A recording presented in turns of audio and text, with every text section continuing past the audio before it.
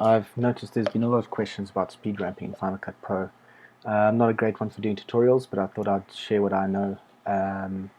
So here we go. I'm running it at proxy just so my system runs fast enough. So what I tend to do is I try and find where I want to ramp from. So I will go and say, okay, we're going to just do that normal speed. Once it gets to there, I put a marker in. That's just M on the keyboard. And then I'll ramp through and say, okay, I'm going to ramp all that out to about there. Then once again M, and then I'll just have a short slow-mo piece there just as the drone goes past. M again, and let it ramp out to about there at high speed, and then back to normal speed. So what I like to do is I like to actually bring the speed bar in straight away, just so I can start working with it. There's a shortcut to that, and that's Shift N for November, and as you hit it, it brings up the 100%. You can go and custom obviously that whole section, but another option is if on your arrow option here you have a thing called range selection, and if you hit R, that's your shortcut for range selection, you can actually select, and you can go and select to the area that you want. Another way of doing it is to get your blade tool. If you see across here, there's a blade speed. So if I wanted to, I can go put my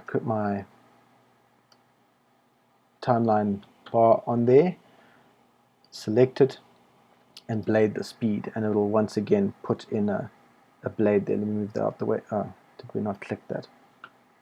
Oh, we're on the wrong selecting tool, so I'll go back to normal tool and bring up blade speed, and it will blade the speed there. So you can go and do this on each marker. Either way it works. It's Shift B for the shortcut for blade speed, so Shift B and Shift B. So you have those options. Now if you want to change your speed, you can drag it, okay, or you can go and, if you know what speed you want to do, you can go and custom on the drop down menu and type it in. So for this piece we actually just wanted it to be 100%.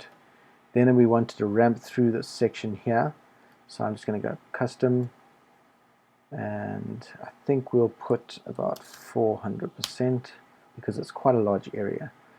Then in here I wouldn't mind actually slowing this down a little bit. So we'll just go to custom. Sorry, I'm running a few things in the background, so it is running a little slower than I would like. I don't like to go below 70%, especially if it's only at 30 frames. And then we'll ramp through this section again here. Custom that, and let's just say 400. Okay, and then we've got this huge section here which we probably don't need, so we're just going to trim that down.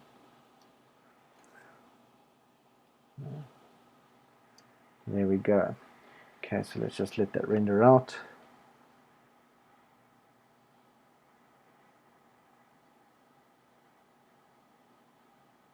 Sorry about this, I know it's taking a bit of time. Okay, so now if we play it through, got our normal speed, ramps through, probably could speed that up, slows down, ramps through, slows down.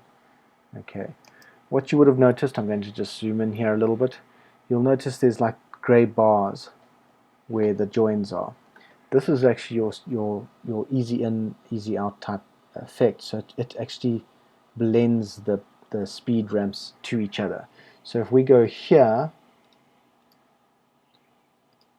and we turn off speed transition, you'll see they disappear and you've just got your dead line. So it will actually go from 400% straight into 100% automatically. So if you want, you can adjust those, turn the speed transition on again, and you can actually select those and adjust how quickly you want those speeds to transition in and out of each other.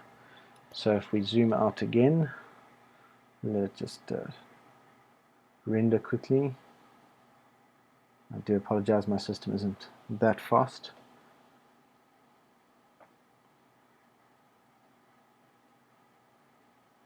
And like I said, there's a lot of ways to do this. This is just the way I found the easiest to do. Okay, so that's done through. Let's play it through.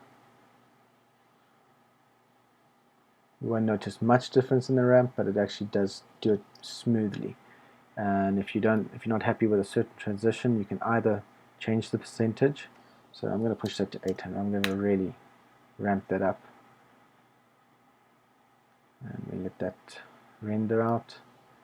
You know, if you have done a ramp and you're not 100% sure that that's what you wanted, let's say you don't want this high speed here, you want to go straight to 100%, or you want this whole section to be 100%. Obviously you can make that this whole section to be 400%. Obviously you can make that 400%, but there is a way around that.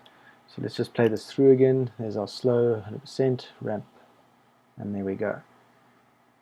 Okay, so let's find this 400. We don't want it to be 400. We want it to go back to 100%.